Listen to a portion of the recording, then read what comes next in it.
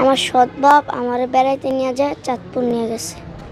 তারপরে কেমনে উদ্ধার করলো? তারপরে পুলিশ আয়া তারপর উদ্ধার করছে। বাবা হিসেবে যে মানুষটির বুকে শিশুটি খুঁজেছিল পরম আশ্রয়, মমতা, বিশ্বস্ততা, মাথার উপর যার বটবৃক্ষের স্নেহ ছায়া, সেই বাবাই অপহরণের পর মুক্তিপণ দাবি করবে? এটা তো অকল্পনীয়, অবিশ্বাস্য। সাভারে মুক্তিপণের দাবিতে অপহৃত 8 বছরের শিশু ইমামুলকে মাত্র 3 দিনের মাথায় উদ্ধারের পর বুধবার দুপুরে সাভার মডেল থানায় এক ব্রিফিংয়ে বিস্ময়কর, চোখ কপালে তোলা এমন তথ্যই জানিয়েছে ঢাকা জেলার উত্তর বিভাগের ক্রাইম অপস ও ট্রাফিকের দায়িত্বে থাকা পুলিশ সুপার আব্দুল্লাহিল কাফি।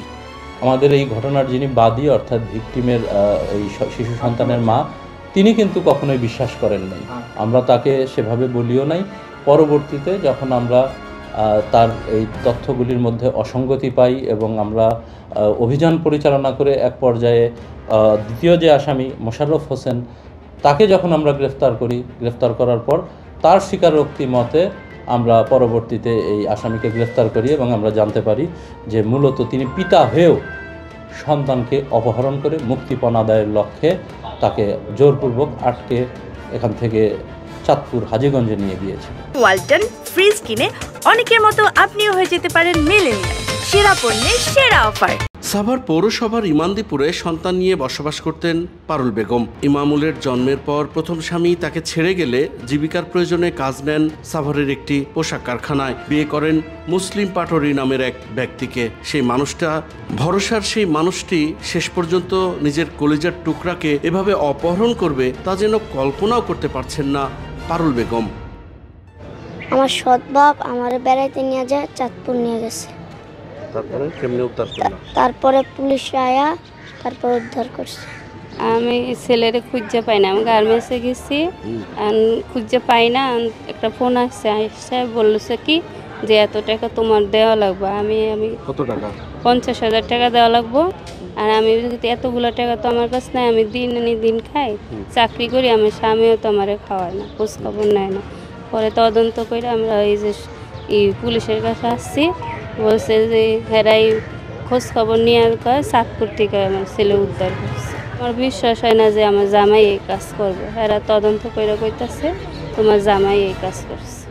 সহযোগী মোশাররফ হোসেন সহ গ্রেপ্তার শিশুটির সৎ বাবা মুসলিম পাটোয়ারি চাঁদপুর জেলার কচুয়া থানার পদুয়া গ্রামের সুখচানের ছেলে।